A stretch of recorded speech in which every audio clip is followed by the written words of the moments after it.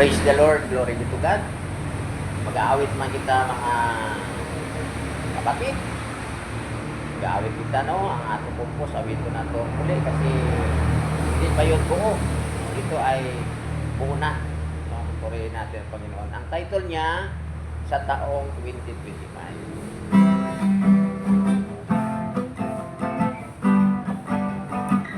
Sa taong 2025, ang lahat ay magbago na.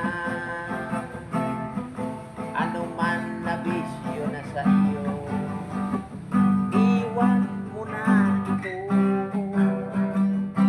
Doon ka maging masaya kung magbago ka. Pati ang iyong pamilya ay magiging masaya. At maglingkod ka sa ating Panginoon upang gantihan Kanya ang buhay na walang hanggan. O kaibigan ko, gumising na, gumising ka sa katotohanan. Kung hindi mo iwan ang bisyong ngayon, ikaw ay malulugmok sa iyong kasalanan. Alalahanin mo, may buhay na walang hanggan. Gumising ka, bumangon ka sa iyong kalagayan. Si Jesus Cristo po parito upang iligtas tayo.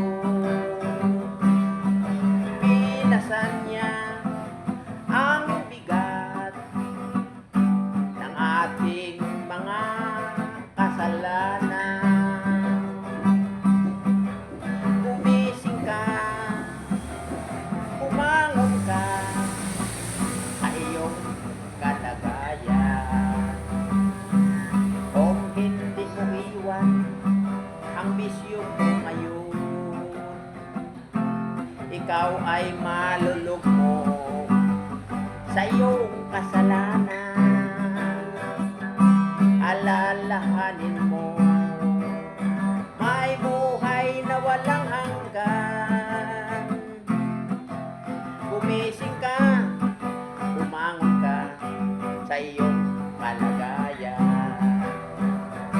Gumising ka, bumangon ka sa iyong kalagayan. Praise the Lord. Glory be to God.